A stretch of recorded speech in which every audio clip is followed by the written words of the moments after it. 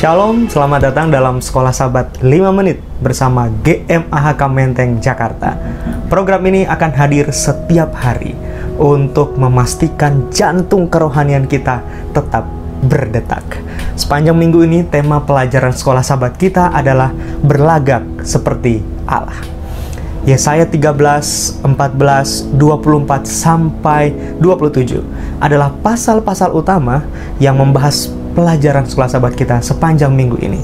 Jadi sangatlah dianjurkan bagi saudara-saudara untuk membaca keseluruhan pasal-pasal tersebut. Dan hari ini fokus pembahasan kita ada pada pasal 13 dengan judul Hukuman Terhadap Bangsa-Bangsa. Sama seperti Yesaya 1 ayat 1, Yesaya 2 ayat 1, Yesaya 13 pun dibuka dengan pendahuluan yang menyatakan bahwa Yesaya adalah penulis kitab ini. Berbeda dengan pasal sebelumnya, di pasal 10, kemudian di pasal 14 setelah pasal 13, tulisan Yesaya menyorot kepada penghakiman atas Asyur. Nah, sekarang di Yesaya 13 sampai 23, Yesaya berfokus kepada bangsa-bangsa yang lain. Tetapi karakter utama yang akan dibahas di pasal 13 adalah Babel. Kenapa nubuatan atas bangsa-bangsa yang ditulis pada pasal 13 sampai 23 dimulaikan dengan Babel? Well, Babel kita tahu memiliki warisan kekayaan budaya kuno yang sangat kental. Belum lagi keagamaan tradisional dan warisan politik yang sangat kuat. Walaupun kita tahu bersama pada waktu itu Babel belum hebat dan tidak ada ancaman sama sekali dari Babel yang dirasakan oleh orang-orang Yehuda. Karena kita tahu bersama Asyur masih berkuasa. Bahkan Babel pun masih ada dalam kekuasaan Asyur. 728 sebelum Masehi, ketika Raja Tiglat-Pileser yang ketiga dia menghancurkan Babel. Kemudian di tahun-tahun selanjutnya Raja-Raja Asyur juga kembali menaklukkan Babel.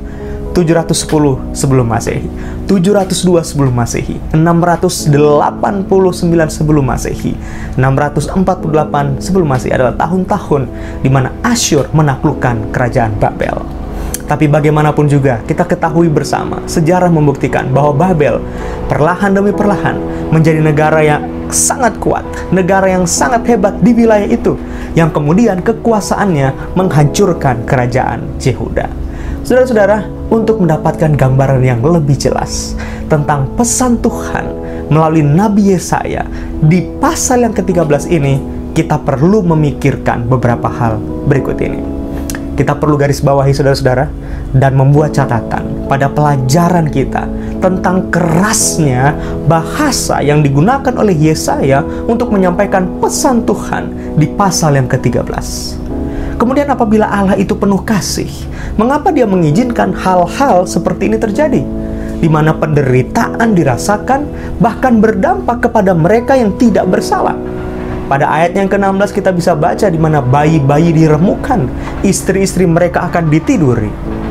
Jadi bagaimana kita dapat memahami tindakan yang dilakukan Allah melalui sudut pandang Allah sendiri, yang kita tahu karakternya adalah penuh kasih dan penuh dengan sayang.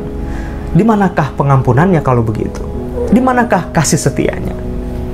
Kalau ini adalah pesan pertobatan, bagaimanakah kemudian saudara dan saya, kita dapat memaknai pasal ini dengan baik untuk mengerti efek buruk dari dosa itu? Kita juga perlu memikirkan hal ini, saudara. Bukankah Yesus juga menderita karena dosa? Tentu saja bukan karena dosa yang dia lakukan, tapi karena dosa pemberontakan dunia ini. Terima kasih telah bergabung dalam program Sekolah Sabat 5 Menit bersama GMAHK Menteng Jakarta. Tuhan Yesus memberkati.